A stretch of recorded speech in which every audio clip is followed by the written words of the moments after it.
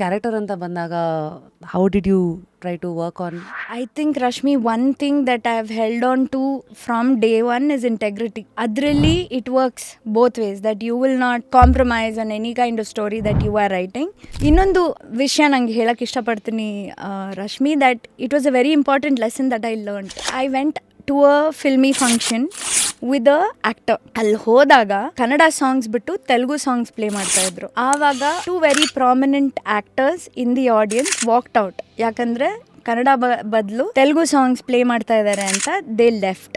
ಅದನ್ನ ನಾನು ಬರ್ದೆ. I still regret doing that. Next day ಅವ್ರಿಗೆ ಅದು ಬ್ಯಾಕ್ಲಾಶ್ ಬಂತು. ಅವ್ರು ಏನಕ್ಕೆ ಇದು ಬರೆದ್ರು, ನಿಮ್ಮ ಜೊತೆ ಬಂದಿದ್ದಲ್ವಾ, ದಿಸ್ ವಾಸ್ ನಾಟ್ ಡನ್ ಅಂತ. ಅವತ್ತು ನಾನು ಅನ್ಕೊಂಡೆ, so this is also something that I have to learn.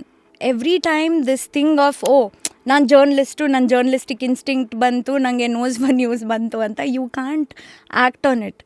You have to know when I've gone there as a friend, I should stay as a friend. I should not be a journalist there. Full ವಿಡಿಯೋನ ನೋಡಿ on rapid ರಾಶ್ಮೀಸ್ YouTube channel.